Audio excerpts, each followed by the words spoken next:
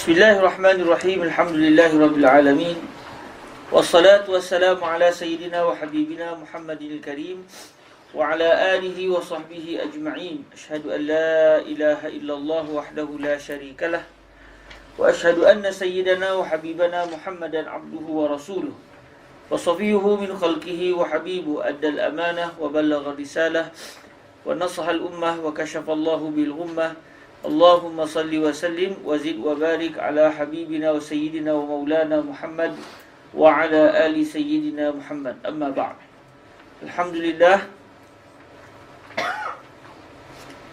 kita bersyukur kepada Allah. Tertekan sama sikit ayu.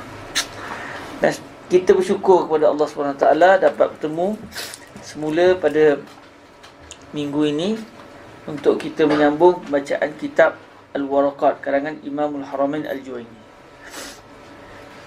Semoga Allah SWT memberikan kepada kita kefahaman dan memberikan kepada kita kemampuan untuk menguasai ilmu-ilmu Islam dengan baik, lalu menjadi satu jabatan untuk kita terus dapat memahami ilmu dengan baik, lalu dapat kita menjadi seorang yang bertanggungjawab dengan ilmu dan menjadi orang yang diharapkan oleh ummah dalam memperkenalkan ummah kepada baginda Nabi SAW serta agama Islam yang kita sayangi ini. Kita masuk kepada perbahasan pada malam ini. Perbahasan berkenaan dengan al-amru la yaqtadi al-fawr. Pada pertemuan sebelum ini kita telah membicarakan berkenaan dengan adakah perintah ini kena buat sekali ke kena buat banyak kali. Alhamdulillah kalam. Kita juga telah bincang adakah bila sesuatu perintah itu datang, mestikah orang yang menerima perintah itu perlu melakukan perbuatan yang disuruh itu dengan banyak kali. Lepas buat.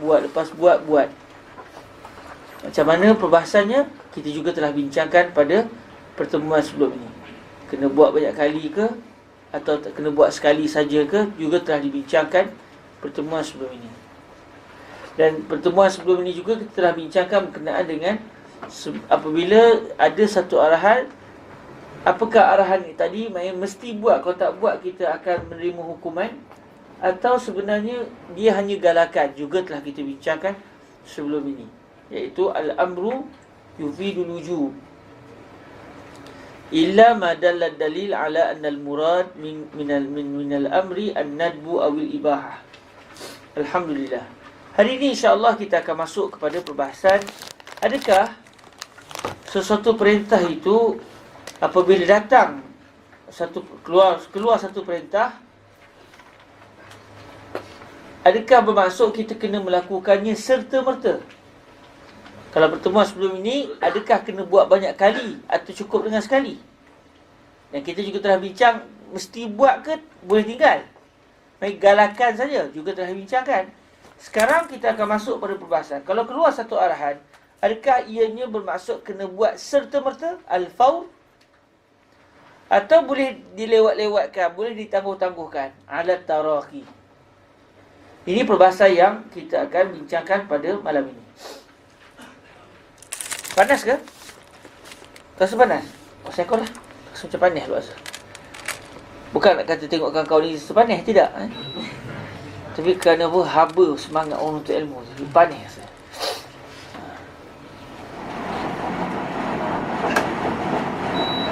Barulah merasa sikit kan. Sejuk.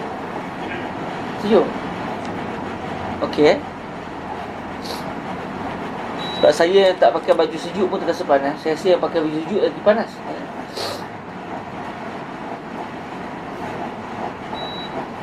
Alihlah ke belakang. Kalau siapa yang nak aircon, dia pun pasang lah. Kalau dia merasa tak, kita tak perlukan aircon. Alih ke belakang. Nampak Ustaz Amir tu macam nak pasang aircon tu. Okey. Wala yaqtadi al-fawr. Maksud dia, Imamul Haramain Al-Juwaini sebut dalam matan ini, wala yaqtadi al-fawr. Maksud dia wala yaqtadi al-amru al-mutlaq al-fawra.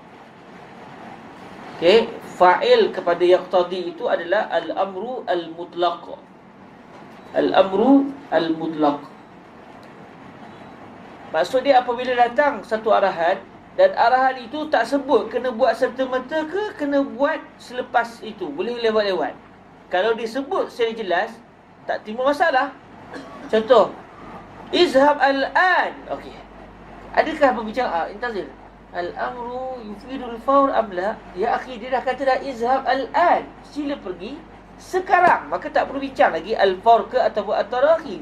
Memang jelas-jelaslah adalah lil-fawr. Kerana ada qarinah, iaitu al-an. Atau dia kata izhab ba'da sa'atin. Min al-an izhab ba'da sa'atain. Maka semestinya dia bermaksud perintah itu hendaklah dilaksanakan selepas berlalu 2 jam.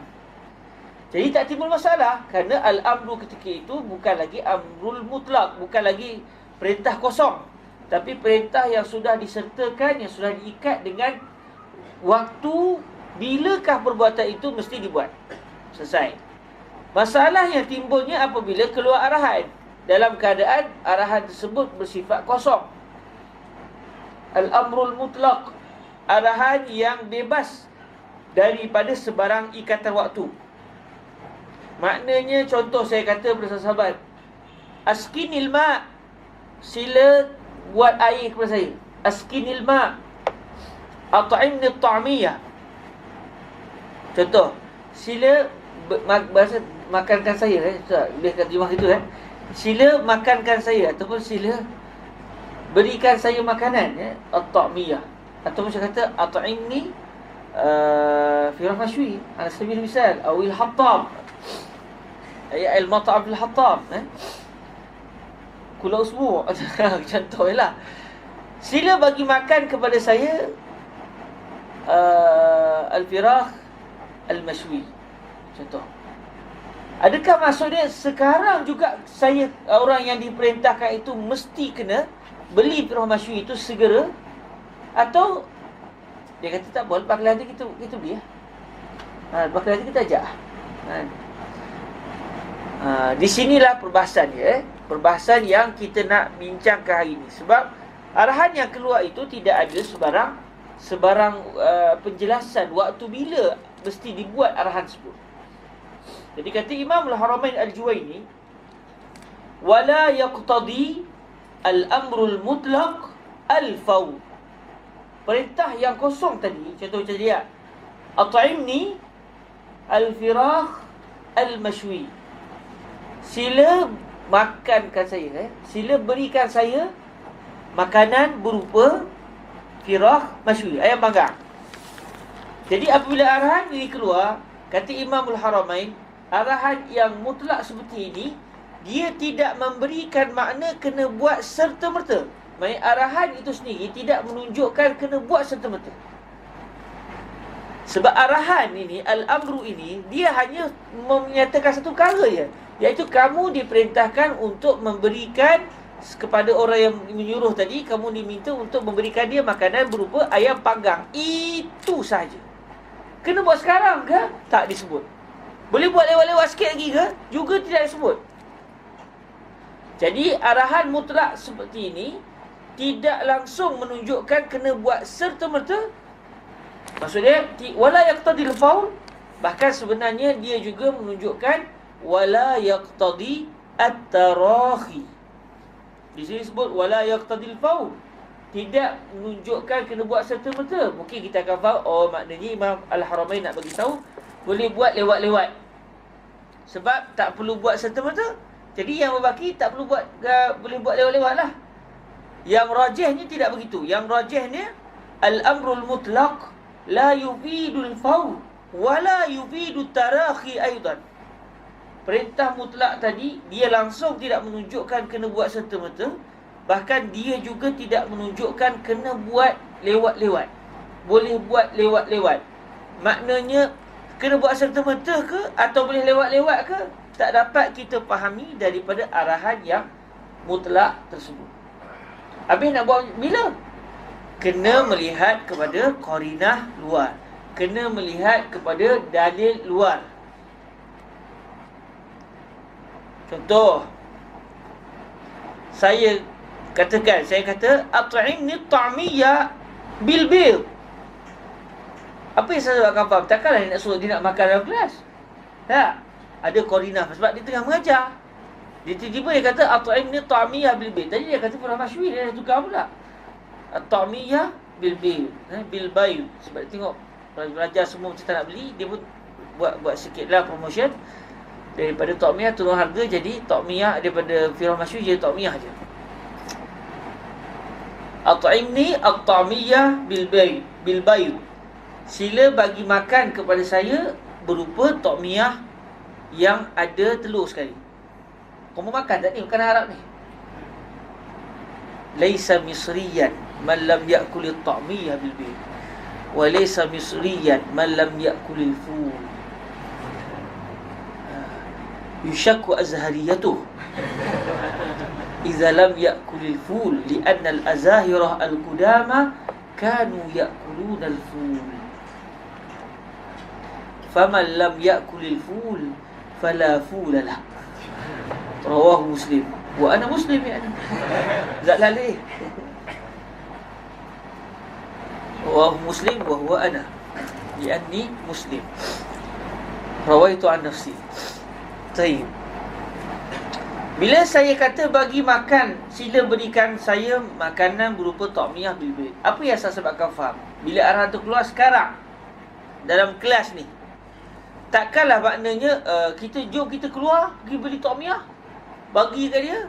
Dah dalam kelas. Maknanya ada koordinat sebab dalam kelas, maknanya lepas kelas nanti kita bawa dia pergi makan ta'miyah. Di sana ada koordinat. Kalau contoh ada korinah lain pula, kata wallahi ana gawan, wallahi la astati'. Ya akhi, ishtari li ta'miyah. Maksudnya apa? Saya lapar kan. Lapar sangat ni. Ni contoh ni bukan betul saya lapar kan. Ana jawan. Muzu sa'at lam aku. Ya akhi, ishtari li ta'miyah law samaht. Apa maksud dia? Ba'da sa'atin ya akhi huwa sayaqul khalas.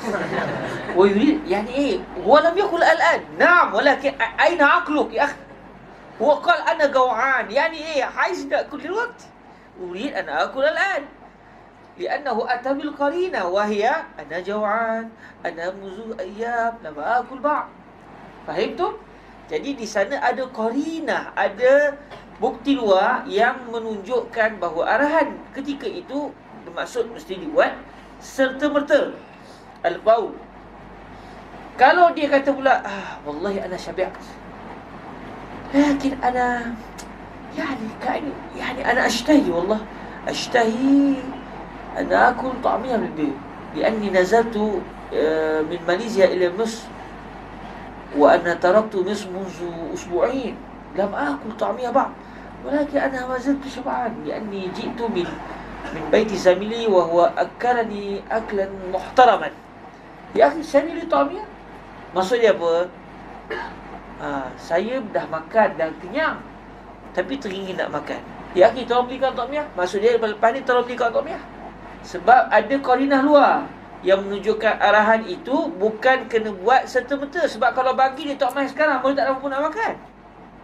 Dia sudah kekenyangan. Dia bukan macam ular sawah, semua benda dia boleh makan.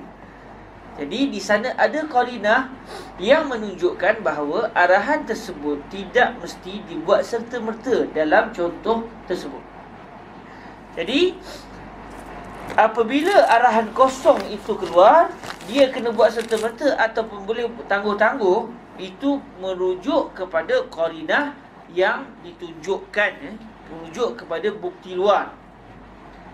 Adapun perintah itu sendiri tidak dapat memberikan kepada kita sama ada kena buat segera atau tidak. Perintah sendiri tidak memberikan sebarang tuntutan, melainkan hanya satu saja, iaitu kamu diperintahkan untuk membelikan ta'miyah. Itu saja. Kena buat segera ke? Tak tahu. Kena buat lepas ni ke? Tak tahu. Habis saya nak tahu. Tengoklah qarinah luar. Sama juga macam perbahasan kita minggu lepas. Kena buat banyak kali ke? Tak tahu. Kena buat sekali cukup ke? Tak tahu. Habis nak kena buat sekali ke, 2 kali ke, 3 kali? Tengok bukti luar.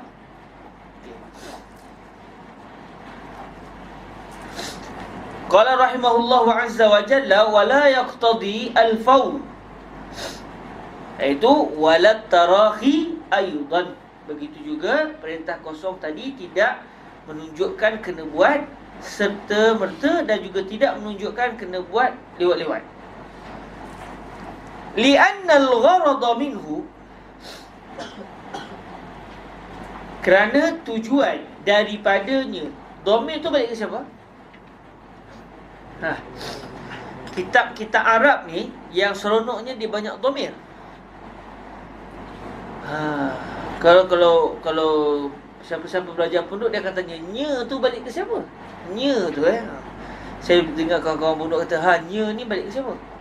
Kalau nya bahasa Melayu tu letih sikit lah, sebab dia punya jantan dan betina dia sama. Tapi nya Arab ni dia beza jantan betina tak? Minhu maknanya muzakkar, dia balik ke siapa?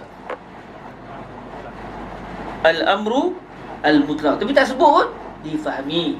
Walaupun tak disebut al-amrul mutlaq dalam ayat ini, tetapi difahami. Kerana isu dia memang begitu. Isunya kita bincang tentang al-amru al-mutlaq. Li'anna al-gharada minhu, kerana tujuan daripada perintah itu sendiri, dan perintah dalam suasana ini adalah perintah yang kosong. Li'anna al-gharada minhu ijadul fi'li, tujuan mengapa arahan dikeluarkan adalah semata-mata untuk penghasilan perbuatan. Perintah ni tujuan ni supaya yang disuruh menghasilkan perbuatan yang disuruh, itu je. Ijadul fi'li min ghairi ikhtisasin. Macam kita pernah terang je minggu lepas. La haula wala quwata illa billah. Kita dah terang minggu lepas. Kenapa tak beritahu saya? Disebut bizaman al-awal tu ini kan dah bincang minggu lepas. Pandai kau seorang pun tak mengata betapa beradabnya kau elok panggil macam ni. Lambat kita kata kitab macam tu.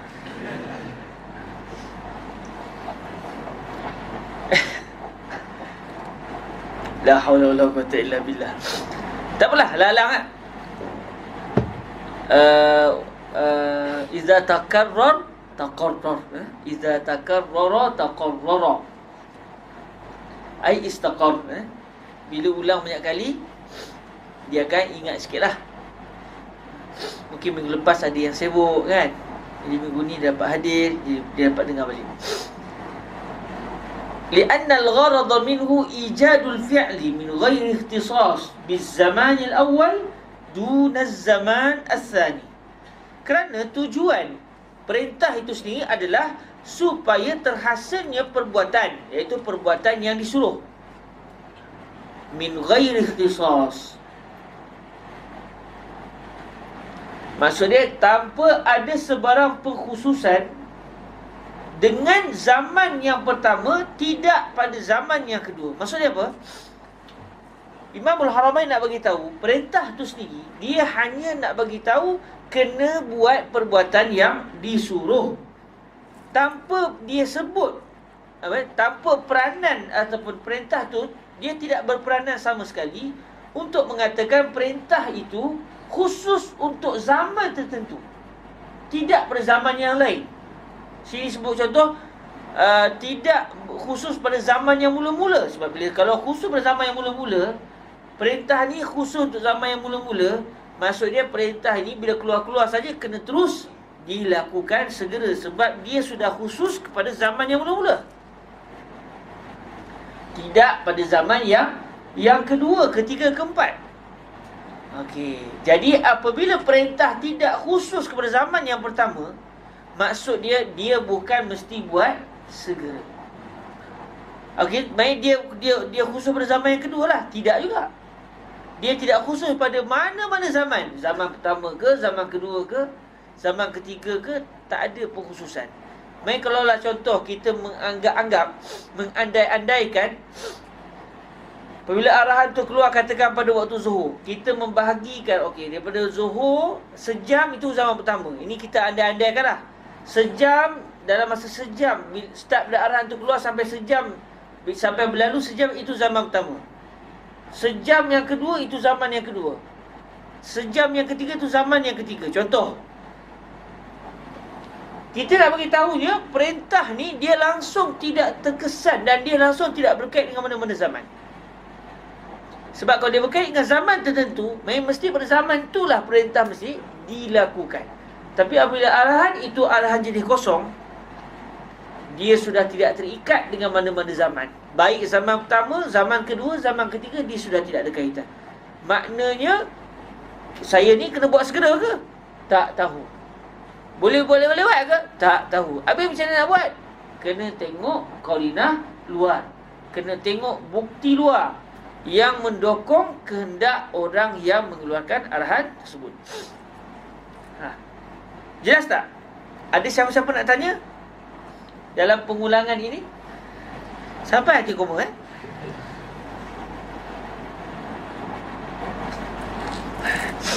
Ada siapa nak tanya? Semua jelas? Yelah, dah jelas. Minggu lepas dah terang. Okey. Kalau semuanya jelas, kita masuk kepada masalah baru sebenarnya. Ni masalah hakiki yang baru, Ada pun masalah yang tadi baru juga. Baru diulang sekali lagi, Qala rahimahullahu azza wa jalla wal amru bi ijadil fi'li amrun bihi wa bima la yatimmul fi'lu illa bihi kal amri bis salah amrun bil taharatil muaddiyati ilaiha. Okey. Ini masalah yang juga berkait dengan perintah. Sekarang ni kita semua tahu, sekarang ni kita sedang belajar segala aspek yang berkaitan dengan perintah. Tadi kita belajar, okey, perintah ni dia punya bentuk macam mana? Minggu lepas kita belajar perintah ni dia mesti datang dalam bentuk if'al, iaitu mesti datang dalam bentuk fi'lul amr. Sama ada nam ataupun uqud ataupun isyrab ataupun izhab ataupun idrib, ikutlah asal dia datang dalam bentuk fi'lul amr, maka dia akan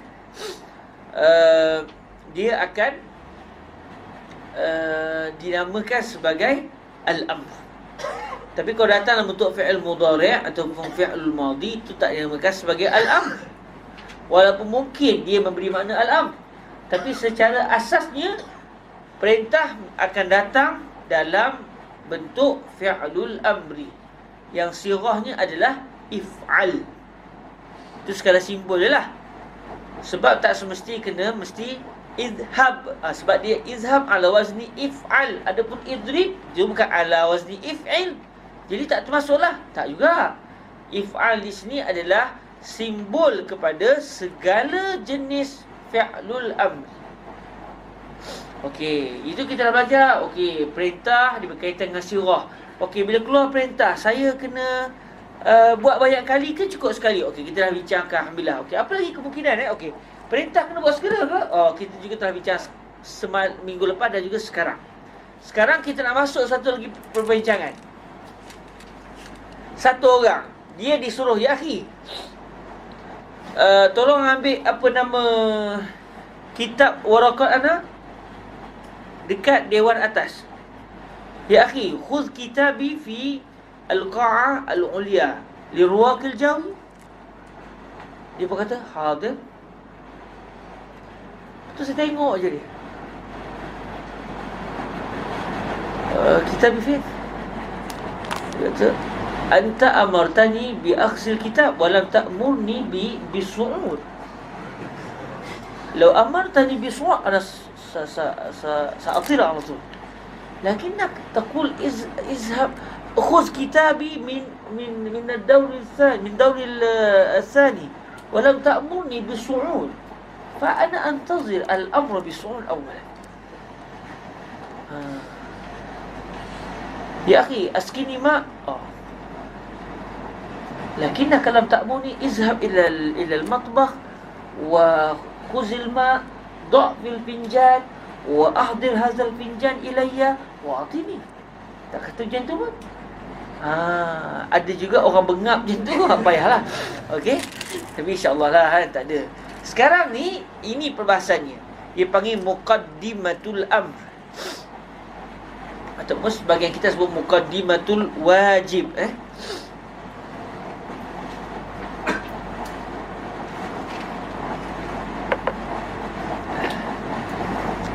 Kadang-kadang ialah ada juga orang yang perangai macam-macam kan.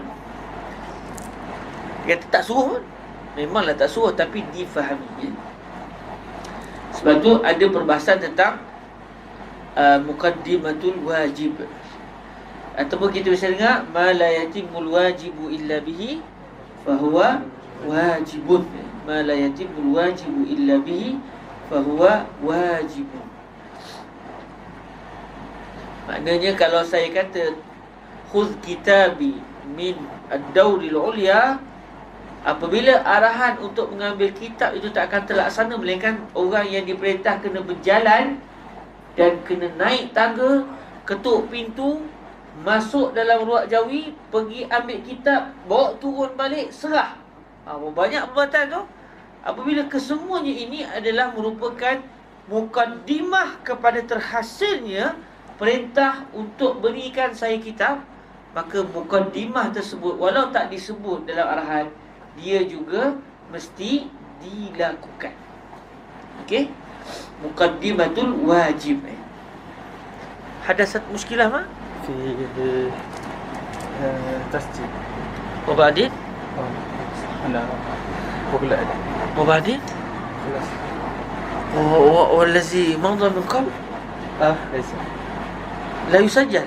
لا صوت قليل. الصوت قليل. طيب يا سبحان الله. خير إن شاء الله. والأمر بإيجاد الفعل أمر به. Perintah untuk menghasilkan satu perbuatan itu adalah perintah terhadap perbuatan tersebut. Al-amru biijadil fi'li amrun bihi, ay biijadil fi'li. Dhamir bihi itu balik kepada ijadil fi'li. Apabila datang satu arahan supaya saya melakukan satu perbuatan, maknanya saya diperintahkan untuk melakukan perbuatan yang disuruh tersebut. Contoh, kalau contoh kita tadi, khudh kitabi minal qa'atil ulya, sila ambil kitab saya yang ada di atas dewan atas, yang berada di dewan atas. Apa maksud arahan ini? Izan, tahulah kita bahawa arahan ini menyuruh orang yang disuruh dengan arahan tersebut supaya pergi ambil kitab yang berada di atas. Sebab dia kata khuzil kitab. Jadi huwa matlubun biijadil fi'l wa huwa huna akhdhu al-kitab. Wal amru biijadil fi'li amrun bihi wa bima la yatimmul fi'lu illa bihi. Kalau tadi jelas, sebab memang dalam arahan sebut jelas khudh kitabi, maksud dia izhab. Khudh kitabi maksud dia saya, orang yang disuruh tadi, diperintahkan untuk menghasilkan perbuatan iaitu akhdhul kitab. Selesai. Dalam masa yang sama, perintah itu juga sebenarnya dia juga turut merupakan perintah untuk melakukan sebarang perbuatan yang arahan yang mula-mula tadi tak akan sempurna melainkan dengan dilakukan perbuatan-perbuatan demikian. Arahan mula-mula tadi apa? Akhdhul kitab. Nak sampai kepada akhdhul kitab, adakah boleh terus akhdhul kitab atau di sana ada perbuatan-perbuatan yang diperlukan? Ada. Apa dia? Al-mash min al-qa'ati as-sufla ila al-qa'ati al-ulya. Baik. Kemudian kalau pintu tutup, jadi mana? Iftahil bab. Ana ma'ini miftah. Duqal bab. Ana daqaqtul bab wa la ahad. Ittasil biman ladaihi miftah. Baik. Unzur ya akhi, hunaka muqaddimat kathira. طيب لا فتح الباب لكن لا أدري فين الكتاب، ابحث. أنا دخلت الغرفة الأولى ولم أجد الثاني، الغرفة الثانية، فتش المكان كله. طيب أخيرا وجدت الكتاب، الحمد لله. طيب انزل يا أخي، أنت وجدت الكتاب وبعدين أنت مسروق. الحمد لله وجدت الكتاب أخيرا وأنت فوق، وبعدين انزل. طيب أنا نزلت والحمد لله. طيب أنا الآن قدام الرواق، ادخل يا أخي، أنت مالك، أنت تقف على باب الرواق، ادخل لأنه يريد كتابه، ادخل الباب. طيب أنا فتحت الباب الحمد لله. تعال يا أخي، أنت ليه زعلان ليه؟ تعال امشي قدام. طيب أنا مشيت. طيب هات الكتاب. أخذت الكتاب. انظر يا أخي، هناك أفعال كثيرة وهي مقدمات للفعل المأمور به. Jadi kata Imamul Haramain, al-amru bi ijadil fi'l amrun bihi wa bima la yatimmul fi'lu illa bihi. Jadi walaupun dalam arahan tak disebut, oleh kerana arahan tak akan berlaku melainkan dengan perbuatan-perbuatan tertentu dilakukan, maka perbuatan-perbuatan tersebut turut diperintahkan walaupun tak disebut dalam arahan, tetapi kerana dia merupakan penyebab kepada terhasilnya perbuatan yang disuruh. Jelas ada seberapa soalan? Jelas tak? Contoh tadi jelas tak? Okey. Dan kita semua faham tadi Alhamdulillah. Tak ada lagi tak tahu, saya tak tahu lah kalau pernah berlaku. Kenapa kamu tak buat arahan ni? Saya buat macam mana? Tak suruh pun. Dia suruh ambil kitab, dia tak suruh pun saya naik ke atas. La haula wala quwwata illa billah. Kalau dapat gini sedihlah cari alibit barulah. Okey, contoh yang datang oleh Imam Al-Haramain di sini, kal amri bis salati. Seperti contohnya apa dia? Al-amru bis salah. Perintah untuk kita melakukan salat. Aqimus salah.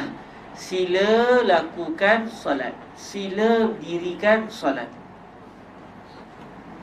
Bila perintah wa aqimus salah, apa maksud perintah ini? Amrun bil taharatil muaddiyati ilaiha. Contoh perintah untuk melakukan salat, dia juga sebenarnya turut menjadi perintah untuk kita melakukan at-taharah, melakukan kesucian yang akan membawa kita kepada salat. Amrun bil taharati al muaddiyah. Jadi hadhihi at-taharah tuaddi ila as-salah, ay ila sihhati as-salah. Jadi kalaulah seseorang itu katakan katakan satu orang dia hidup pada zaman baginda Nabi alaihi salatu wassalam, dalam keadaan dia tidak berwudu, dia baru keluar daripada tandas contoh. Tiba-tiba Nabi kata, ya akhi, hayya bina nusalli ma'an salli. Anta sallaita az-zuhra am la? Dalam usalli ba'du ya Rasulullah, salli. Nabi contoh Nabi kata, ya salli. Dia pun hadir ya Rasulullah. Allahu akbar. Habis semayang, ya Rasulullah, hakim kata anda sallaitu biduni wudu. Kaif? Liannaka qulta li salli wa lam taqul tawadda qablahu. Kalau ada orang sebut begitu, tapi tak ada sahabat sebut itu, alhamdulillah.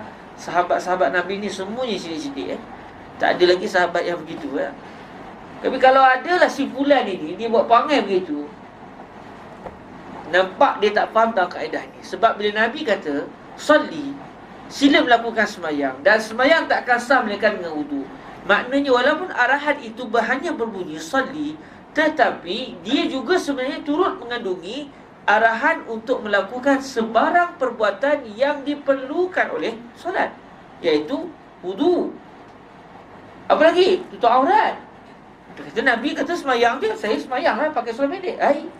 Sah ke semayang pakai seluar pendek? Tak sah. Habis tu. Tapi Nabi tak suruh. Memang Nabi tak suruh, tapi bukankah ia muqaddimatul wajib?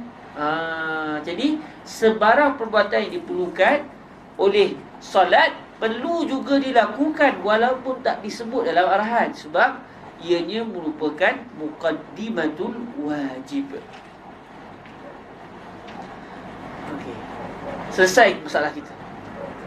Kalau buka kitab-kitab usul fiqh yang lebih tinggi, ya Rabbi, di sini saja macam-macam perbahasan. Siapa yang tahun 1 muqarrar ni, muqaddimatul wajib ni, InsyaAllah Ustaz Amal suruh saya bentang lagi buku Nihayatul Usul untuk muqarrar tahun 1. Saya nak cuba siapkan muqarrar tahun 2, tak sempat juga tak sempat nak siapkan. Jadi siapa yang tahun 1, semua tahun 1 ni,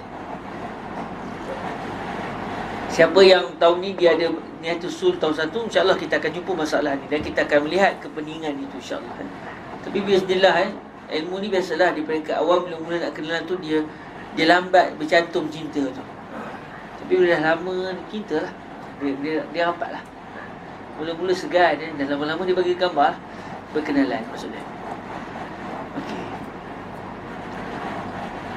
Tapi yang bagi gambar ke orang tentu hala korang jangan salah faham lah. Lepas ni kita kena bagi gambar ni sebab itu arahan. Pasal saya tak bertanggungjawab Okey, jadi selesai masalah yang disebut secara ringkas di sini berkenaan dengan muqaddimatul wajib. Jadi kalau orang kata, ya akhi, apa bukti? Mana dalil? Saya kena berwuduk terlebih dahulu. Kita boleh kata dalilnya adalah firman Allah yang berbunyi wa aqimus salah. Dia kata itu tak sembahyang. Memanglah tak sembahyang, tapi kena ingat sembahyang takkan sah tanpa berwuduk. Jadi arahan yang berbunyi aqimus salah turut menjadi arahan untuk kita melakukan, untuk berwuduk terlebih dahulu, untuk menutup aurat terlebih dahulu. Kerana semua benda yang diperlukan oleh solat turut akan berada dalam arahan wa aqimus salat.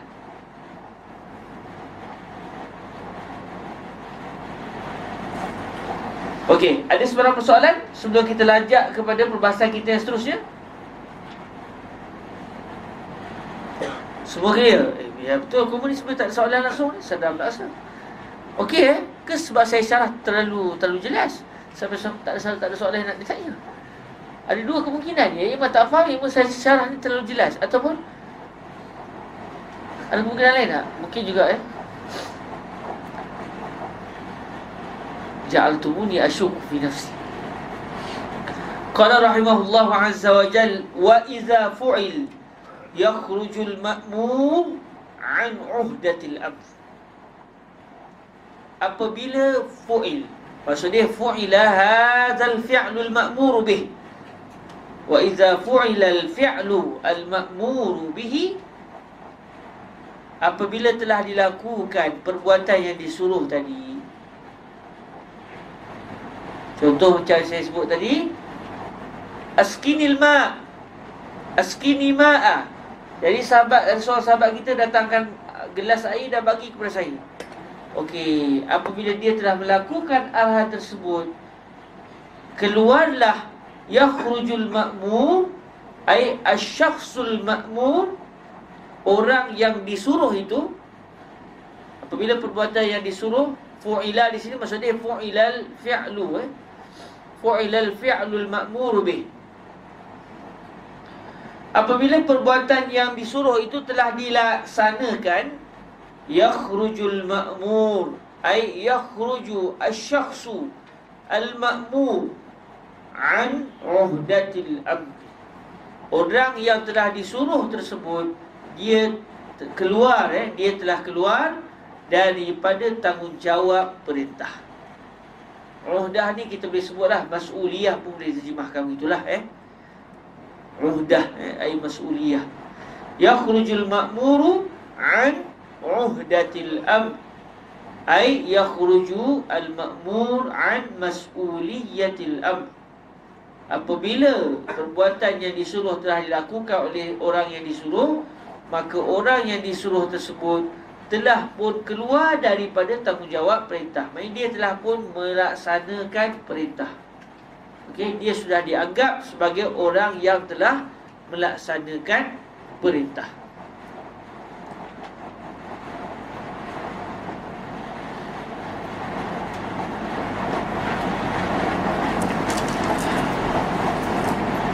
Okey, saya tak tahu nak masuk ke tidak. Ada satu perbahasan ni tapi Takut dia terlalu dalam. Kita jumpa dalam pertemuan yang akan datang. Dalam bacaan kitab yang lebih tinggi kita akan masuk, iaitu perbezaan maksud al-ijza' di sisi ulama usul fiqh dan juga ulama fiqh. Di sisi ulama usul fiqh, apabila seseorang telah melaksanakan arahan yang disuruh, dia sudah dianggap orang yang telah melaksanakan perintah. Okey, dia sudah dianggap sebagai orang yang telah melaksanakan perintah, walaupun perbuatan itu rupa-rupanya tak sempurna. Contoh, dia diperintahkan untuk solat, dia pun solat. Sewaktu dia berwuduk, rupa-rupanya di tangan dia tu ada selotip. Dia baru pindah rumah. Dia bila pindah rumah, biasalah main kotak-kotak dia kan. Kita dah guna kotak, jadi guna pula style orang bersih. Tak pakai gunting. Gunting ni style orang Malaysia lembut-lembut kan. Dia tak sempat dah, semuanya gigi je kan. Tarik, okay. Jadi di tangannya ada selotip sikit. Dia berwuduk tak perasan. Dia telah berwuduk. Bagi dia, zon dia telah melakukan dengan sempurna.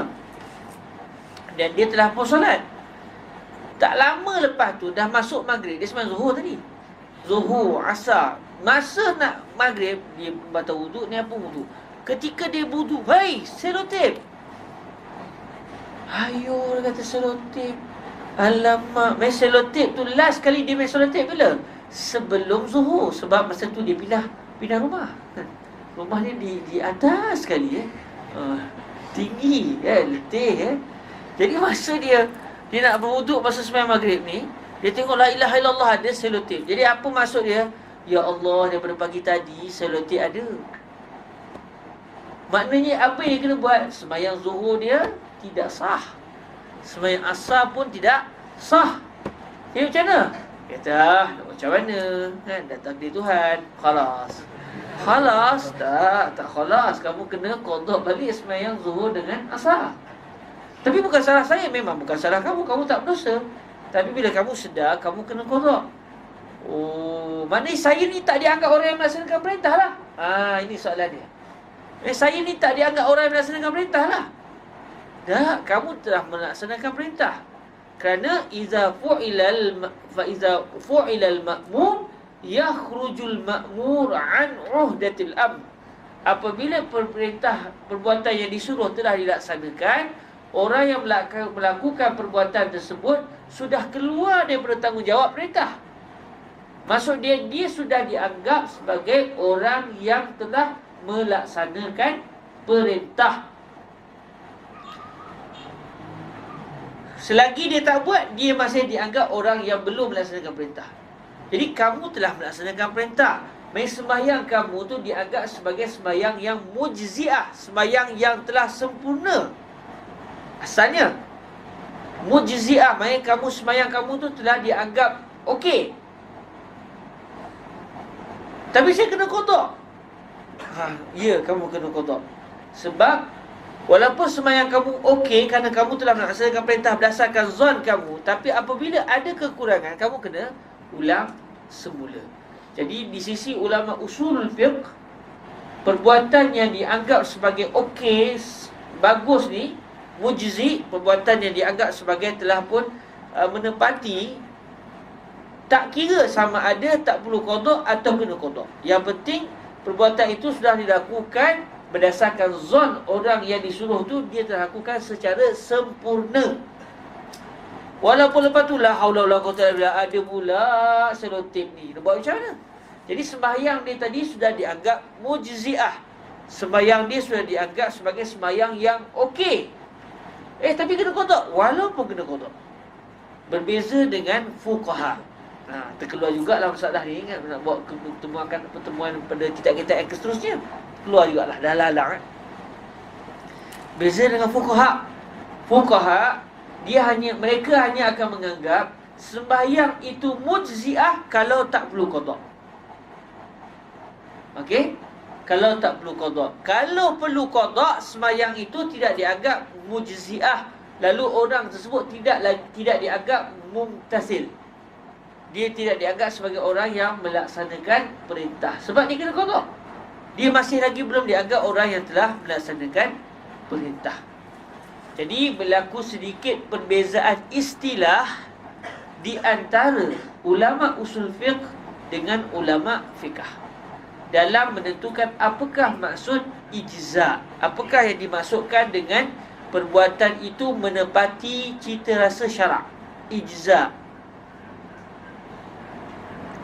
Okey, siapa nak catat sebagai catatan dia untuk bantu dia memahami perbahasan ini untuk akan datang. Okey. Saya sebut, sahabat catat Al-ijza' Al-ijza'u 'inda al-usuliyyin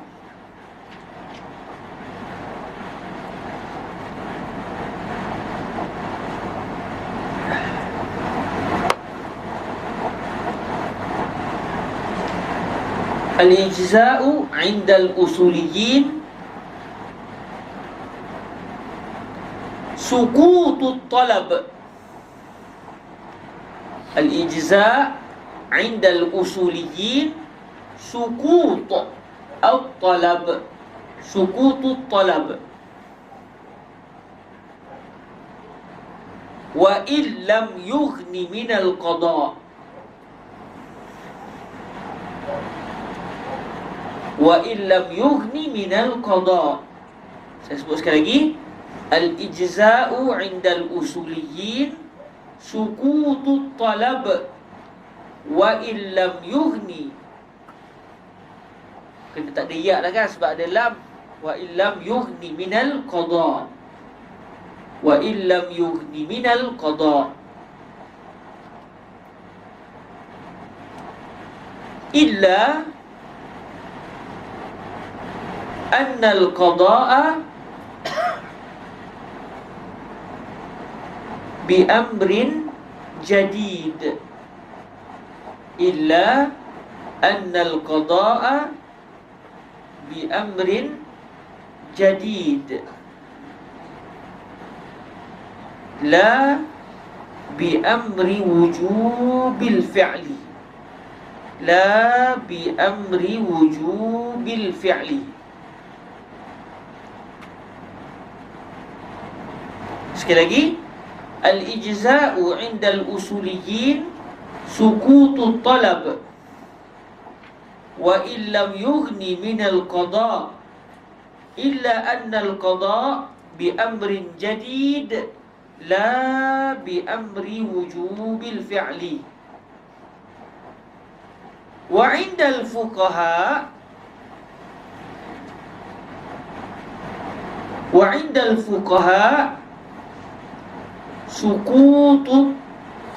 sukutul qada'. Wa 'indal fuqaha sukutul qada'. Wa 'indal fuqaha sukut al-qada'. Jadi ijza' di sisi ulama usul fiqh adalah sukutut talab. Dia sudah melaksanakan perintah. Dia sudah dianggap selesai dah tanggungjawab dia. Allah Ta'ala kata aqimus salah, dia telah melaksanakan salat. Sekalipun sembahyang dia itu tidak terlepas daripada kena qada'. Contoh dalam masalah saya tadi lah. Kalau sembahyang dia tak ada masalah apa, kita tak perlu qada' lah.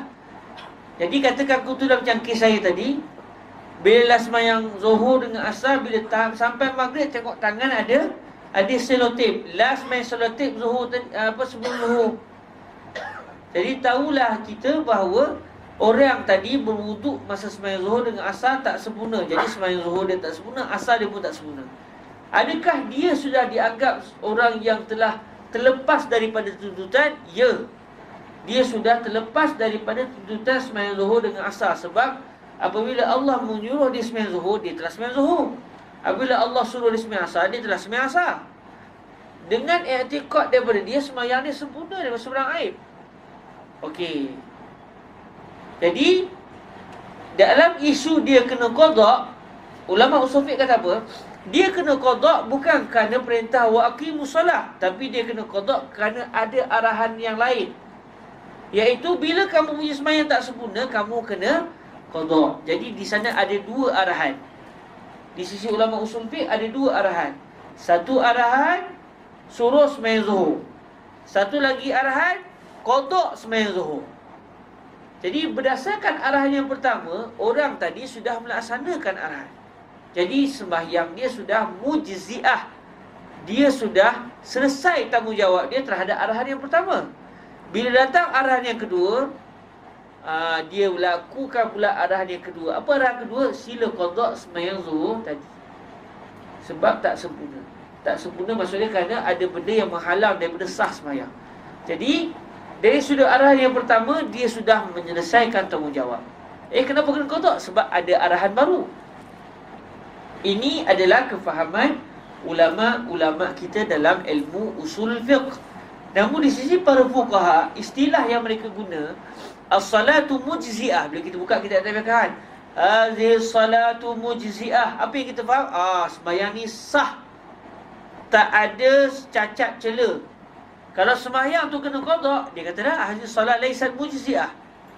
Sembahyang ini tidak sah, tidak sempurna. Kenapa? Kerana kena qada. Jadi maksud sah sembahyang itu ataupun sempurna sembahyang itu di sisi fuqaha pula adalah sukut al-qada. Sukut al-qada. Bila tidak perlu kena qada, barulah perbuatan tersebut dianggap sah, dianggap mujziah. Okey? Jadi ada dua perbezaan sedikit lah. Kalau kita buka kitab usul fiqh, dia sebut ijza'. Kena ingat, ni kitab usul fiqh. So istilah ijza' dalam kitab usul fiqh merujuk kepada sukutut talab wa illam yughni minal qada. Tapi bila buka kitab fiqh, jangan kita faham ni sukutut talab, sebab yang menulis tu orang faqih dengan istilah fuqaha. Jadi perlu dipahami berdasarkan istilah kaum fuqaha dalam kitab-kitab mereka. Disebut hadhihi salatu mujzi'ah. Maksud dia hadhihi salatu la qada'a fiha. Okey? Subhanallah, dua ilmu yang saling kait-mengait, tapi setiap ilmu ada istilah dia. Jadi kalau baca kitab fiqh, kita kena faham istilah fiqh. Kalau buka kitab usul fiqh, kena faham kitab istilah usul fiqh. Begitu juga dengan ilmu-ilmu yang lain. Boleh tanya, hukum ada berapa? Hukum, kita kata hukum ada 5. Ada kata ada hukum 5, hukum 3 je.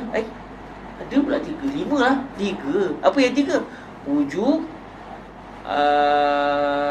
jaiz, jawaz, satu lagi istihalah, mustahil. Jadi ni hukum apa ni? Ada pula hukum gitu. Hukum ada 5, wujud, an-nadbul, karahah, ibahah, tahrim. Dah hukum 3. Rupanya kawan tadi dia tengah berbicara berdasarkan istilah ilmu kalam. Yang kawan seorang lagi ni hidup dia sepanjang hidup dia dengan usul fiqh je. Jadi segala dengan usul fiqh, kan? Dia takkan sebut zina tu hukumnya haram. Zina hukumnya tidak haram, sebaliknya zina adalah haram. Dia memang jaga istilah tu sebab dia memang main-main dengan kawan-kawan usul fiqh je. Kawan ni pula dia kecil hari dia debat ilmu kalamnya. Jadi oleh kerana istilah itu kadang-kadang kita nampak macam ada percakapan. Contoh macam ni, sembahyang ni mujziah ke tidak? Mujziah, tak mujziah. Mujziah, tidak. Kenapa tidak? Sebab perlu qada. Ini istilah fuqaha. Kamu pula mujziah, sebab apa? Sebab sukutut talab. Istilah usul fiqh. Jadi adakah di sana kesan dari segi fiqahnya? Perbezaan istilah ni ada bagi kesan ke segi fiqh? Ke semata-mata istilah? Dia adalah semata-mata istilah. Adakah kesan pada fiqh? Ada juga, sekiranya ianya berkaitan dengan talak, berkaitan dengan ta'liq dan sebagainya. Contoh, satu orang suami, dia kata, kalau sembahyang saya mujziah, kamu jatuh talak. Kerang kabut suami ni. Ni contoh lah, bukan kerja dia nak memain kaum perempuan. Tidak. Ni sekadar contoh untuk bagi senang faham. Atau kita buat contoh gini lah. Sekiranya sembahyang saya sah, maka wajib ke atas saya untuk berpuasa 3 hari berturut-turut. Di nazar. In kanat salati mujzi'ah, yajibu alayya an asum 3 ayyam mutataliyah. Contoh, kalau sembahyang saya mujzi'ah, wajib ke atas saya sembahyang secara 3 kali berturut-turut. Lepas tu dia sembahyang. Tiba-tiba lepas habis sembahyang, dia kata astagfirullahaladzim, terlupa ambil wudu lah. Dah sembahyang dah. Lepas bagi salam, baru teringat, ya Allah, terlupa ambil wudu. Jadi macam mana? Dia kena puasa 3 hari berturut-turut ke tidak? Kita tanya dia, masa kamu sebut in kanat salati mujzi'ah fa'alayya siyamu salasati ayyam, apa maksud ijza' yang kamu inginkan? Dia kata maksud dia sembahyang tu sempurnalah, tak ada cacat celah, tak perlu kena qada. Kamu guna istilah fiqh. Maknanya ketika itu dalam masalah ini kamu tak perlu kena puasa sebab sembahyang kamu tidak mujzi'ah. Sedangkan kamu kata in kanat salati mujzi'ah fa alayya siyamu salasati ayyam. Kalau sembahyang saya sah, mujzi', saya kena puasa 3 hari berturut-turut. Sekarang sembahyang kamu tidak mujzi'ah. Kalau dia kata mujzi'ah sebab saya bawa balik kelas warakat. Jadi mujzi'ah yang saya faham yang tu je lah, iaitu sukutu al-talab. Kamu kena berpuasa 3 hari berturut-turut sebab sembahyang kamu adalah mujzi'ah. Tapi saya sembahyang tak sempurna. Itu adalah bi'amrin jadi. Ada arahan baru, bukan berdasarkan arahan lama. Arahan lama, kamu punya sembahyang telah dianggap sebagai sah,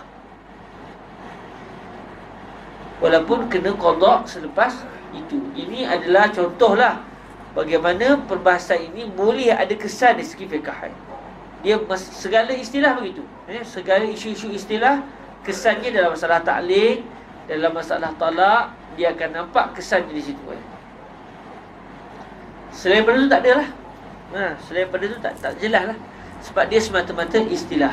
Dan biasa kita dengar wala musyahhata fil istilah. Wala musyahhata fi al-istilah. Tidak ada pergaduhan, pertembungan dalam masalah istilah. Setiap orang dia ada istilah dia sendiri, maka istilah dia walaupun bercanggah dengan istilah orang lain, itu hak dia. Dan hak orang lain juga untuk berpegang dengan istilah yang mereka pegang.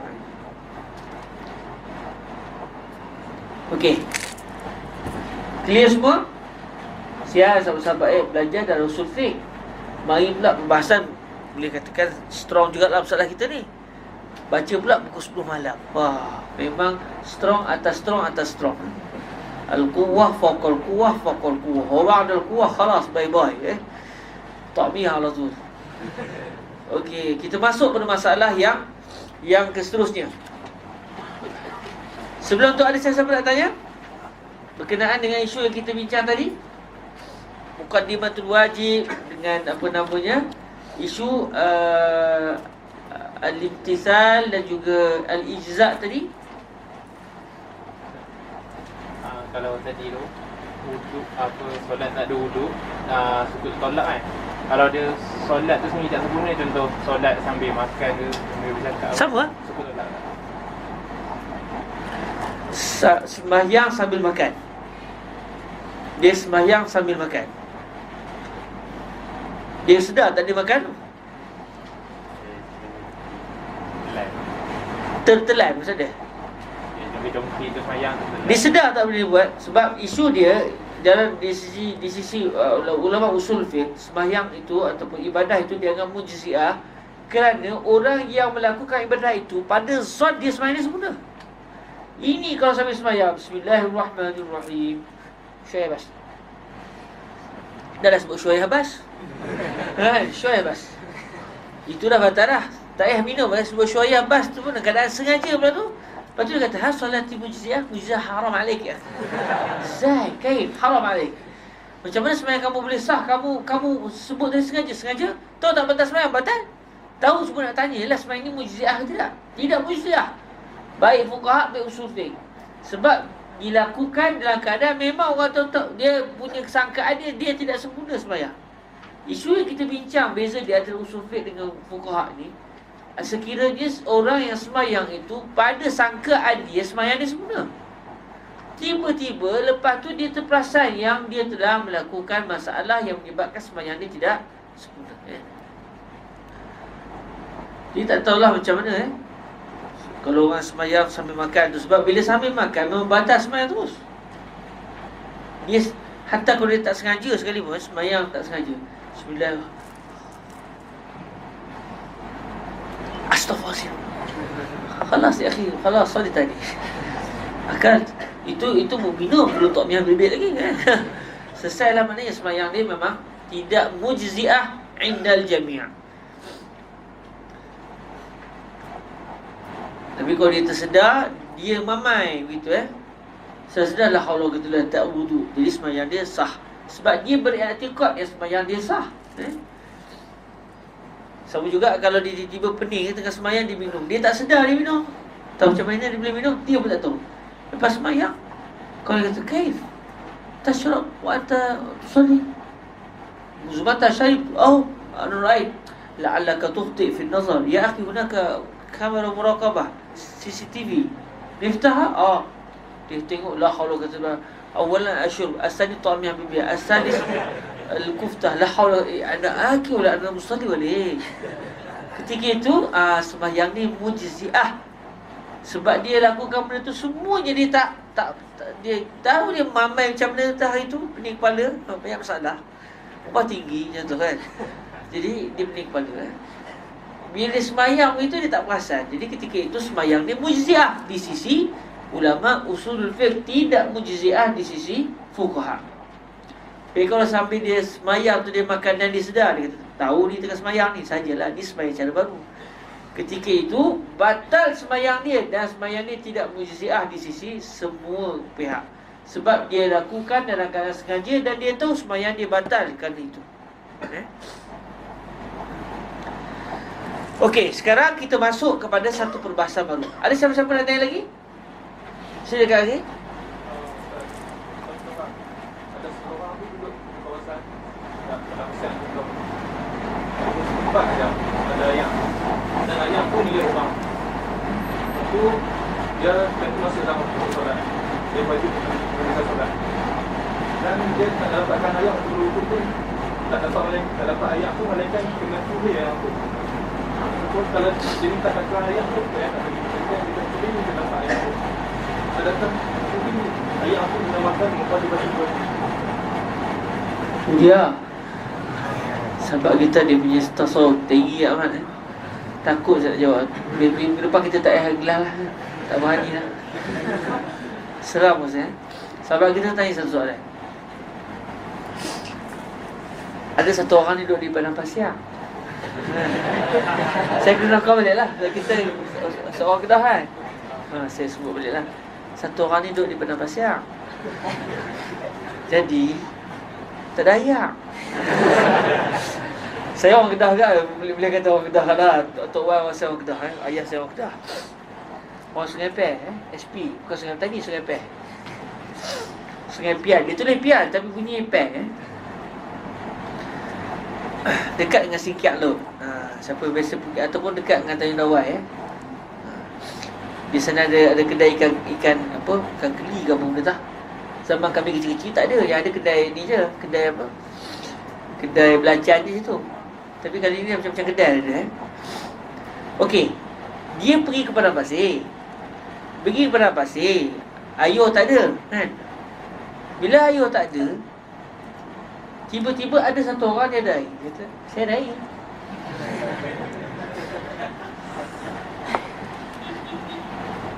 Nak air? Nak minum sendirilah. Dia kata kan. Dah bukan nak minum, ayuh minum ada dah. Ni ayuh nak wuduk ni, nak sembahyang. Tak ada benda lah. Dia kata, nak buat macam sendiri. Jangan, saya sanggup beli. Tak ada orang nak jual dia kata. Dia tak nak jual pula. Atau dia jual dengan harga yang terlalu mahal.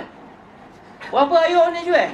Dia kata ni $30. Ya Rabbi ya Karim, haram alaik. $30 nak jual. Ayuh banyak ni $30. Kata, nak ke tak nak? Ya Allah ya Karim. Jadi ketika itu timbul di benak si orang ni, salat wajib. Mukaddimah kepada sembahyang adalah wudu. Wudu pula perlukan air. Air ada, Tapi cara nak dapat air tak ada cara lah. Nak beli duit tak ada. Melampau pun ambil $30. Satu-satunya cara kerana Allah Ta'ala adalah curi air dia. Boleh ke curi? Ataupun boleh ke dia tu namakan sebagai muqaddimatul wajib? Persoalannya, di sisi pandangan syarak, kalau air dijual lebih daripada harga sekalipun, tergugur ketika itu, dia sudah tidak lagi perlu untuk berwuduk lagi. Dari segi pendapat fiqahnya, perbahasan mazhab Syafi'i kita, bukan, jangankan kata dia tak nak bagi. Kalau dia nak jual pun, dia bagi tapi dengan harga yang melampau, lebih daripada harga misil, harga sepatutnya. Ketika itu, orang yang tak ada air tadi sudah tidak lagi perlu berwuduk. Tapi kalau dia kata, alah, apa sangat $30 demi mencari cinta Allah, terpulang ada lah. Dia ada duit banyak. Tiap-tiap hari makan share tahu, apa sangat lah $30 tu. Okay.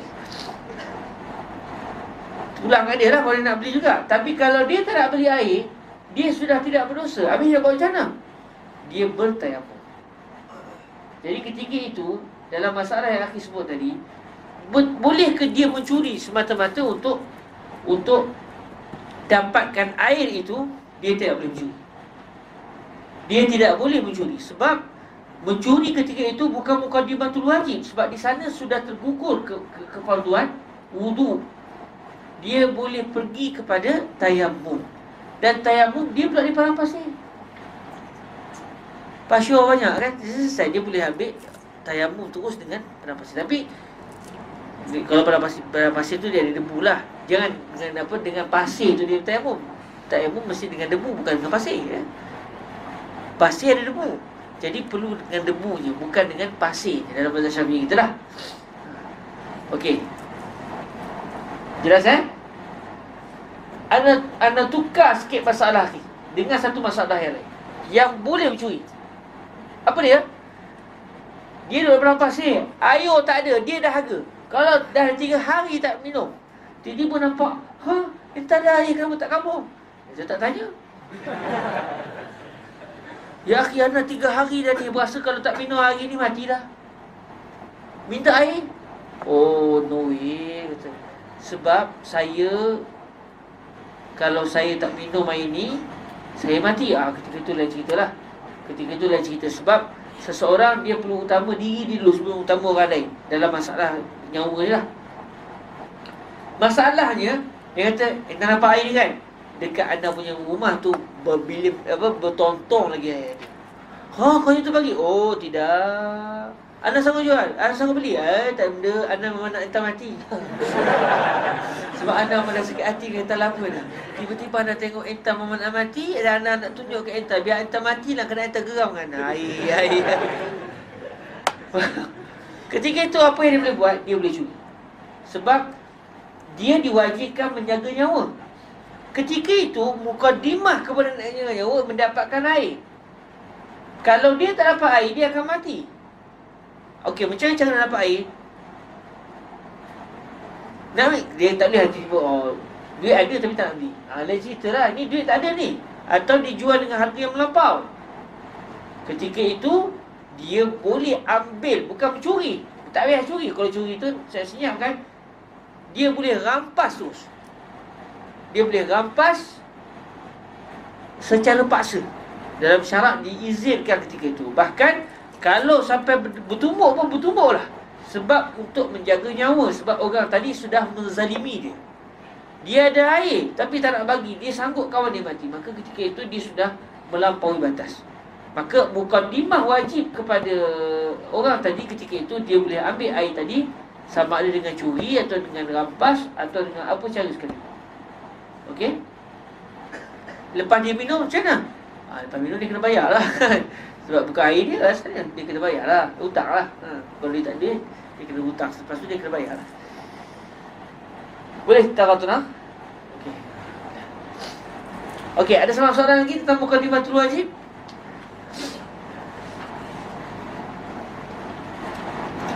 Di antara syarat bagi muqaddimatul wajib, tak sebut sini lah, tapi tak apalah, alang-alang cerita lah. Di antara syarat kepada muqaddimatul wajib, hendaklah perbuatan muqaddimah itu mampu dilakukan. Mampu dilakukan. Contoh, dalam isu saya tadi ya. Ya akhi, khudh kitabi fi ruwaqil fi qa'atil ulya. Sila ambil kitab saya berada di atas. Bila sampai ke atas, pintu tertutup. Dia telefon orang tu tak boleh. Akhirnya apa yang berlaku, dia tak mampu untuk melakukan muqaddimatul wajib yang seterusnya. Maka ketika itu dia ma'zur. Dia tidak dianggap sebagai orang yang berdosa, sebab dia walaupun disuruh, tetapi dia terhalang kerana ada mani', ada penghalang yang menghalang dia daripada melakukan muqaddimatul wajib, iaitu ketidakmampuan. Atau dia di atas, dia ada pula singa ke atas. Dia kata, singa ke tak singa ke, aku telah diwajibkan. Biarlah aku mati syahid sekali buat. Tak boleh gitu. Sebab bila ada penghalang, ada benda, perbuatan yang dianggap sebagai muqaddimah itu sudah tidak mampu dilakukan, maka ketika itu orang tadi sudah tergugur dia daripada muqaddimah. Maka bila tergugur muqaddimah, tergugur juga daripada perbuatan wajib yang disuruh. Jadi yang bersuruh, kenapa tak ambil? Ada singa Ustaz. Singa ke tak singa? Aku nak pergi ambil sendirilah. Macam tu yang pandai.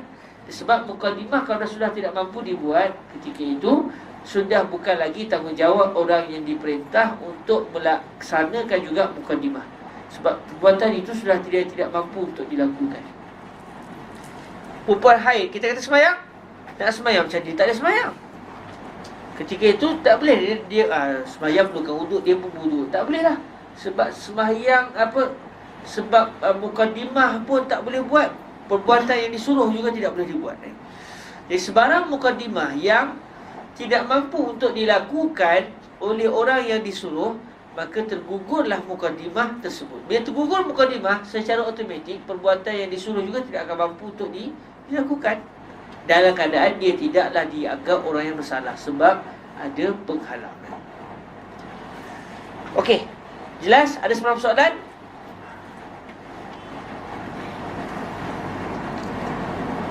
Kalau contoh ada paling wajib kan, kalau telefon dua benda yang terhalang, macam dua risiko, maksudnya dia diperintahkan untuk ambil satu kat lagu dia nak ambil tu ada menghalang.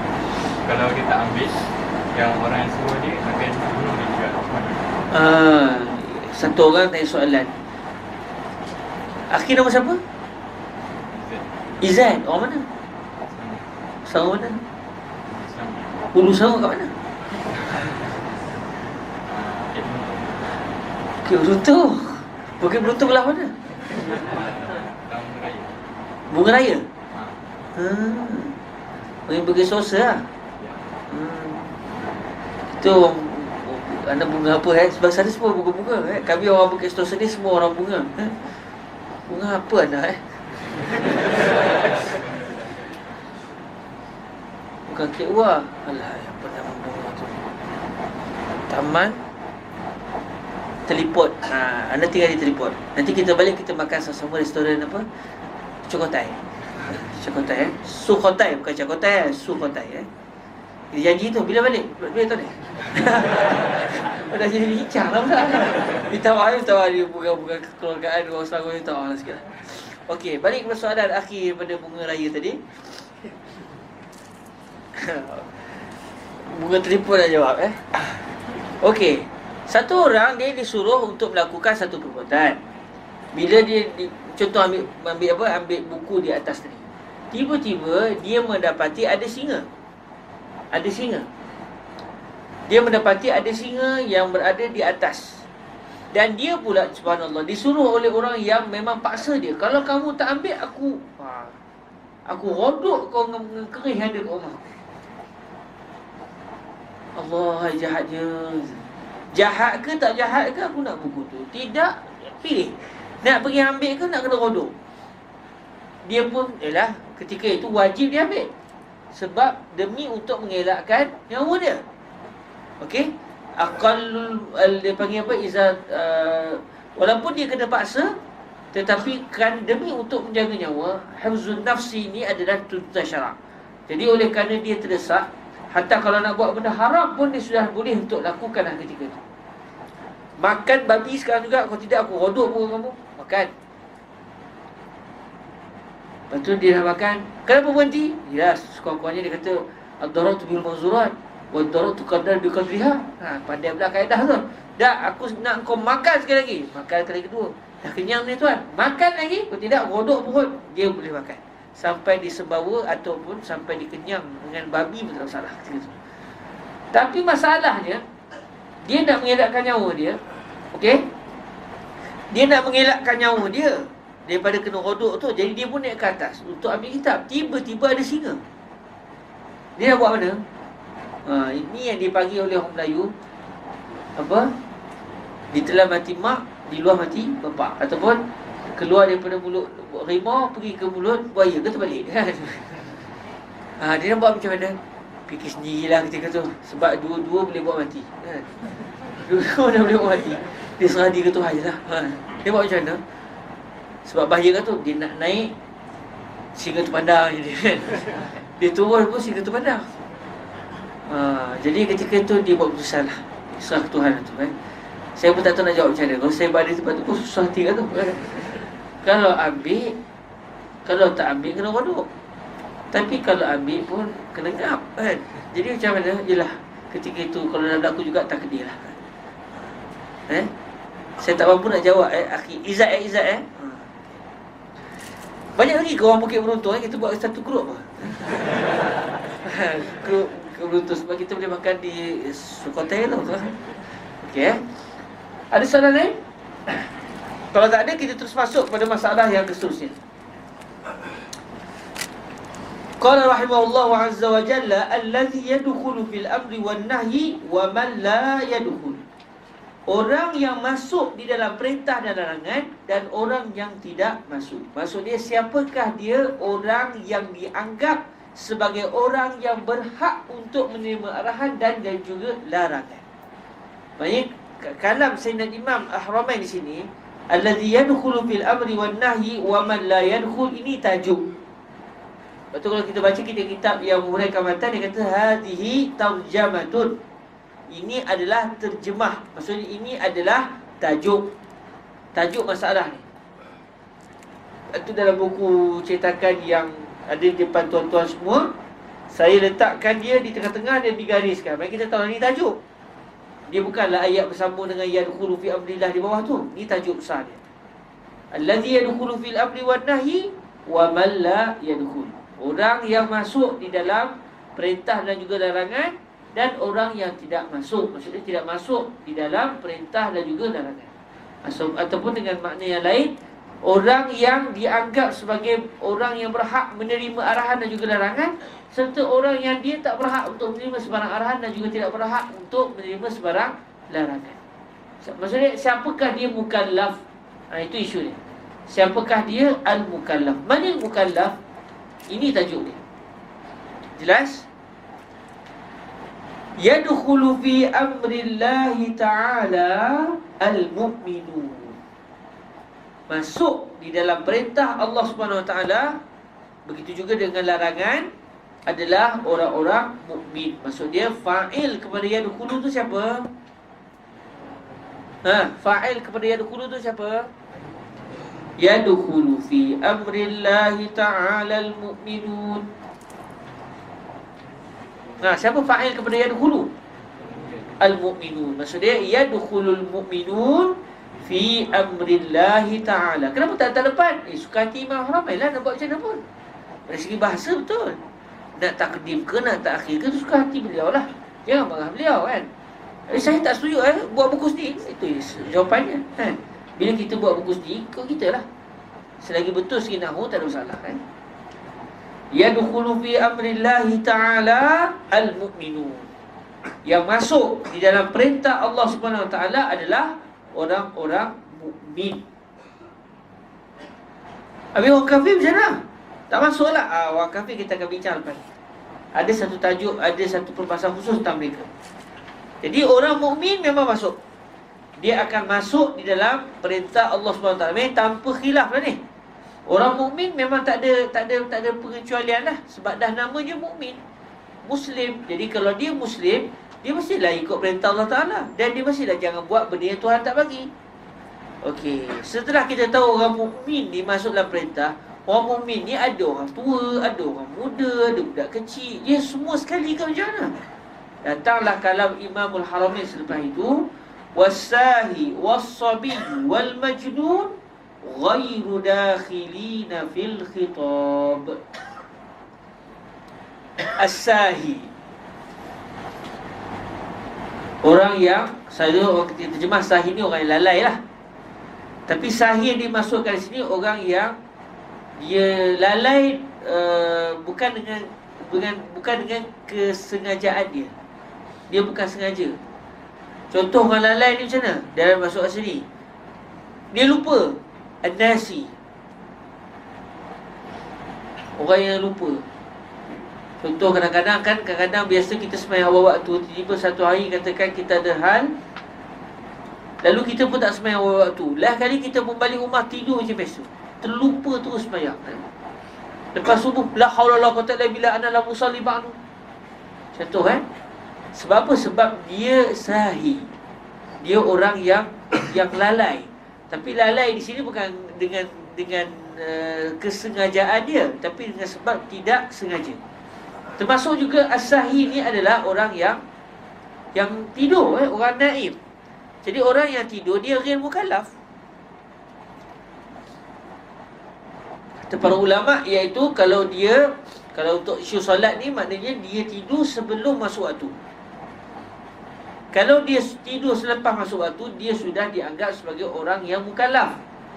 Sebab sewaktu datangnya arahan itu, dia bukan orang yang tidak mukallaf, dia mukallaf. Walaupun selepas tu dia tidak mukallaf sebab dia tidur. Jadi orang yang tidur tidak dianggap sebagai orang mukallaf. Katakan dia letih sangat. Saya sendiri pernah mengalami, bila saya pernah satu ketika dahulu balik daripada Malaysia datang ke sini, sampai lebih kurang sejam atau 2 jam sebelum subuh.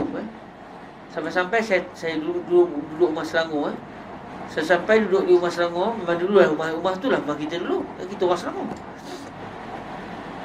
Sebelum kahwin lah. Dah kahwin tak dapat rumah Selangor tu, sebab rumah Selangor hanya untuk orang bujang, tak ada rumah perkahwin orang Selangor. Mana tahu lepas ni kalau ada, tahu lah kan. Jadi sejam atau 2 jam saya sampai. Duduklah di bilik berapa tak ingat, bilik 4 ke bilik 5 atas tu. Duduk tak tidur seorang. Lah kita dah mata Malaysia, tak tidur. Bila tak tidur, lepas tu sembahyang subuh. Lepas sembahyang subuh saya tu gerak ke Universiti Al-Azhar. Rindu, isu dia konon je lah, rindu nak tengok Masjid Azhar. Dah lama tak jumpa. Pergilah, bukan ada kelas pun. Pergi tengok, puas hati. Nak tengok Masjid Azhar, pergi jumpa Sayyidina Hussein, puas hati. Baliklah ke rumah Selangor semula. Bila balik mula terasa letih. Masa tu Zuhur lebih kurang sejam lagi. Saya pun khabar ke kawan, nanti tolong gerak letih bunuh. Tapi masa tu tak cakap Perak lagi lah, masa tu cakap Selangor lagi lah. Belum berjumpa lagi masa tu. Nanti tolong gerak saya masa tu. Jadi selepas tu saya pun tidur. Yalah kawan tu dah nyanyi. Saya sedar-sedar malam. Bila saya bangun tu, saya jadi macam, apa gelap? Saya jadi pening tu. Jadi aku tadi sebelum zuhur, kenapa dah gelap kan? Masa tu dah isyak. Main saya boleh jamak 3 waktu, zuhur, asar, maghrib, straight sembahyang. Alhamdulillah. Dan tidak berdosa, subhanallah, hebat Zuhur, asar, maghrib, sembahyang 1 waktu. Saya khabar ke kawan, apa yang tak gerak Bila tahu kata dah isyak, marah ke dia, kenapa tak gerak, orang dah suruh gerak. Dia kata taklah nak gerak lah. taklah nak gerak Dan kebetulan selepas itu ada kuliah selepas isyak.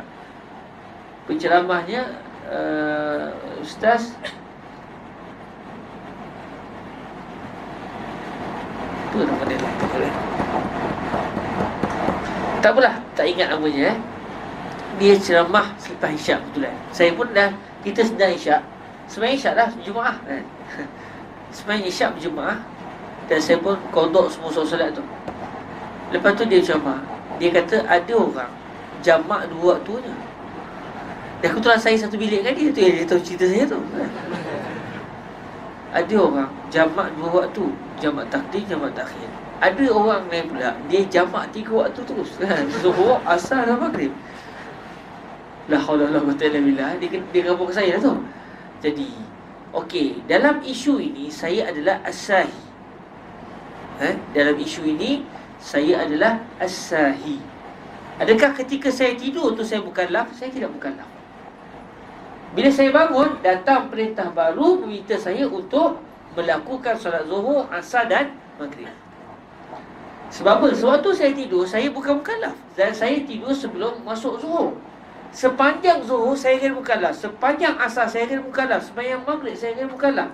Ketika itu saya tidak berdosa, kerana saya adalah as-sahi was-sahi ghairu dakhili fil khitab. Dia tak termasuk di dalam arahan. Dia tak termasuk di dalam perintah daripada Allah dan juga larangan daripada Allah Azza wa Jalla. Dan orang yang meninggalkan sembahyang bukan dengan solat sengaja ni, contoh macam isu saya tadi, dia perlu qada tapi tidak mesti segera. Yang paling penting dia kena qada sebelum dia meninggal dunia. Tapi saya dah qada lah isunya. Saya dah qada sebab takut kita tak tahu meninggal bila. Okey. Tapi kalau dia kata tak apalah, nak qada lagi setahun, ikut dia lah. Tapi kalau mati sebelum tu, pasal kamu Okey. Jadi kata Imam Al-Haramain, wasahi, orang yang lalai tadi, lalai dengan sebab bukan sebab sengajalah, sebab dia tidur, contoh dia terlupa, orang ini tak termasuk dalam khitab. Siapa lagi? Wasabi, kanak-kanak. Wasabi, kanak-kanak juga tidak termasuk dalam khitab. Katakan ada seorang syekh kanak-kanak, dia baru umur 7 tahun tapi alim fiqah ni, contoh katakan. Daripada kecil, daripada umur setahun dia hafal matan dah. Umur 6 tahun hafal Quran, 7 tahun start jadi syekh. Memang syekh kata kamu layak mengajar. Dia pun mengajar bulan Ramadan. Sambil mengajar, sambil dia isap aiskrim. Jadi anak-anak orang kata, syekh kenapa tak puasa? Contoh katanya pernah berlaku katanya berlaku kepada Syekh Abdul Qadir Al-Jilani. Tapi saya tak tahulah betul tak betul kisah tu Syekh Abdul Qadir Al-Jilani pada bulan Ramadan dia tidak berpuasa. Ketika tu dia masih kanak-kanak. Kata orang lah, saya pun tak baca kisah tu betul-betul. Orang kata kenapa Syekh tak puasa? Dia kata aku nak puasa aku bukanlah betul lah. Kalau betul kisah tu betul, memang betul lah cerita tu. Betul lah dia punya cara jawab tu. Dia sebab kanak-kanak tadi dia ghair mukallaf. Jadi walau dia alim macam mana sekalipun, bila dia belum sampai ke tahap mukallaf, dia bukan mukallaf. Wasabi wal majnun, orang gila. Sebab syarat untuk jadi seorang mukallaf mestilah aqil dan juga baligh. Bila sebut baligh, lawannya sabi. Bila sebut aqil, lawannya adalah al-majnun. Orang gila tidak dianggap sebagai mukallaf. Jadi orang yang lalai, orang yang kanak-kanak lagi, orang yang gila, mereka semua tidak termasuk di dalam al-khitab. Dia tidak termasuk di dalam al-khitab. Di antara siapa lagi orang yang tak termasuk dalam al-khitab? Kalau macam as-sabi itu tak perlu qada. As-sabi tak perlu qada sembahyang. Al-majnun juga tak perlu qada sembahyang. Yang dia tak lakukan sewaktu dia sedang gila. As-sahi dengan sebab tidur, dengan sebab terlupa, dia kena qada. Baik, siapa lagi contoh yang termasuk dalam orang yang bukan mukallaf, orang yang dalam operation. Dia bukan dia dipengsankan orang yang pengsan dia dipengsankan. Orang yang begini, dia sewaktu katakan dia koma dalam tempoh 5 hari. Dia baru bangun, dia tak perlu qada. Sebab dia bukan orang tidur. Dia umpama orang yang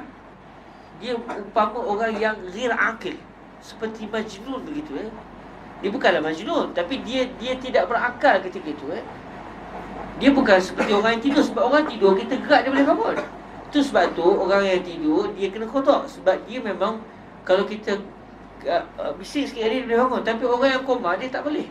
Dia hilang terus Sebab tu bila saya tanya pada Syekh Said Syatul Hafizahullah Azza wa Jalla, adakah orang yang apa namanya koma, dia operation, dia dibagikan ubat tidur tu, lalu dia pun hilang dalam operation tu, dia terus apa namanya koma, adakah dia perlu qada? Kata Syekh, dia tidak perlu qada, sebab dia seperti orang yang macam tadi lah, dia seakan-akan apa, ghair aqil, dan dia memang mukallaf sesuatu dia tengah koma tu. Ghairu dakhilina fil khitab, mereka semua tadi tidak termasuk di dalam orang yang perlu untuk melakukan perintah Allah dan meninggalkan larangan Allah sewaktu mereka sedang berada dalam keadaan tersebut. Kanak-kanak dalam suasana masa dia kanak-kanak, dia tak tertakluk dengan arahan dan juga larangan. Tapi seorang ayah dan ibu kena latihlah anak-anak dia. Anak dia buat benda tak senonoh, contoh berjalan tak pakai seluar, dia kata biarlah, dia mukallaf. Buatlah panggil begitu, buatlah. Bila anak kamu dah balik nanti, kata alah ayah berkecil macam ni, takkan saya tak biasa lah pakai seluar. Tak ke pasal jadi si ayah dia mesti apa namanya, dia mesti didik anak dia. Tapi si anak tu sendiri kalau tak nak dengar cakap, dia ghair mukallaf kan.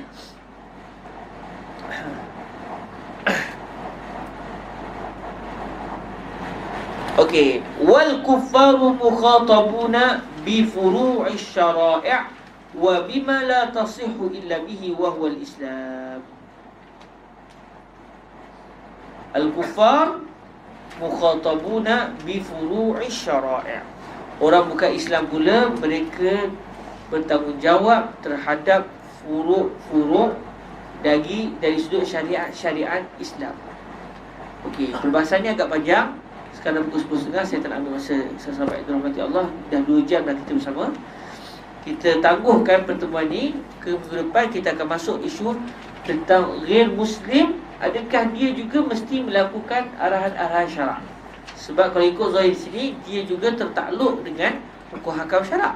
Jadi kita akan bincangkan perbahasan ni secara panjang lebar pada minggu hadapan, insya-Allah azza wa jalla. Okey? Jazakumullah khairan. Kita sama-sama tangguh majlis kita dengan kita berselawat ke atas junjungan mulia Nabi Muhammad sallallahu alaihi wa alihi wasallam. Allahumma salli afdala salatin ala as'adi makhluqatika sayyidina Muhammad wa ala alihi wa sahbihi وسلم عدد معلوماتك ومداد كلماتك كلما ذكرك الذاكرون وغفل عن ذكره الغافلون. اللهم صل أفضل صلاة على أسعد مخلوقاتك سيدنا محمد وعلى آله وصحبه وسلم عدد معلوماتك ومداد كلماتك كلما ذكرك الذاكرون وغفل عن ذكره الغافلون. اللهم صل أفضل صلاة على أسعد مخلوقاتك سيدنا محمد وعلى آله وصحبه وسلم عدد معلوماتك ومداد كلماتك كلما ذكرك الذاكرون وغفل عن ذكره الغافلون. سبحانك اللهم وبحمدك أشهد أن لا إله إلا أنت أستغفرك وأتوب إليك. بسم الله الرحمن الرحيم. والعصر إن الإنسان لفي خسر إلا الذين آمنوا وعملوا الصالحات وتواصوا بالحق وتواصوا بالصبر. والسلام عليكم ورحمة الله وبركاته.